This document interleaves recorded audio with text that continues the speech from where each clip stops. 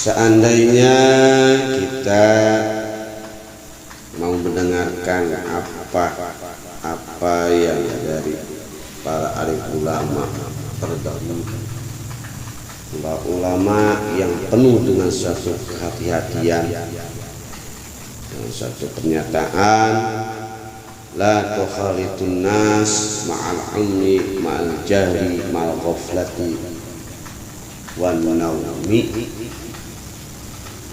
Jangan sesekali kita bercampur, bergaul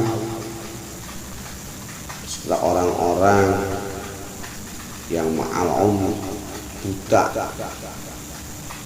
artinya buta dalam suatu agama, buta dalam suatu pendidikan, apalagi dibarengi sifat kebodohan ma'al jahli.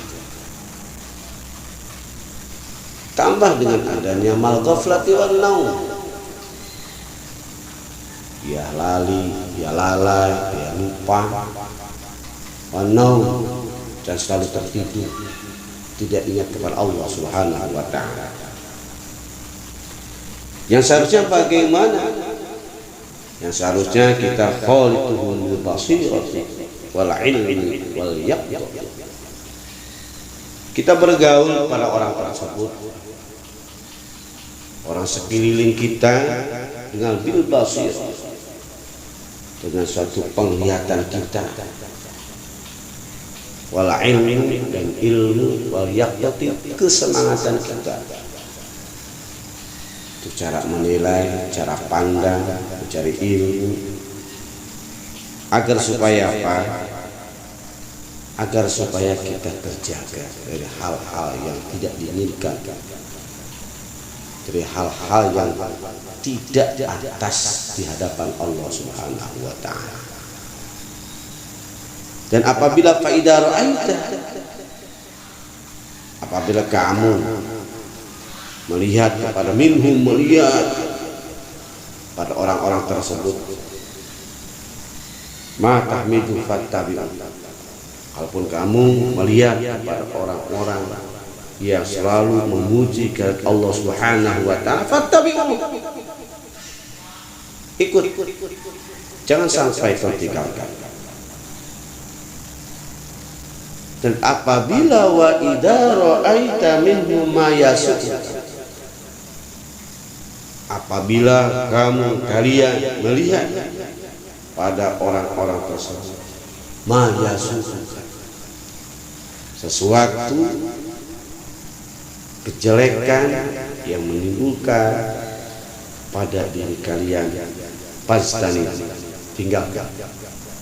Andai sesuatu itu tidak menguntungkan bagi diri kita, dalam arti bukan menguntungkan secara finansial, bukan menguntungkan secara materi, tapi menguntungkan dengan secara ilmu, yaqta basirah, penglihatan kita terbuka, kita tidak buta akan agama, kita penuh dengan suatu keilmuan, kita semangat menggali ilmu tersebut. Ayo kita kejar. Tapi kalaupun orang itu maya suka, pasti tinggalkan.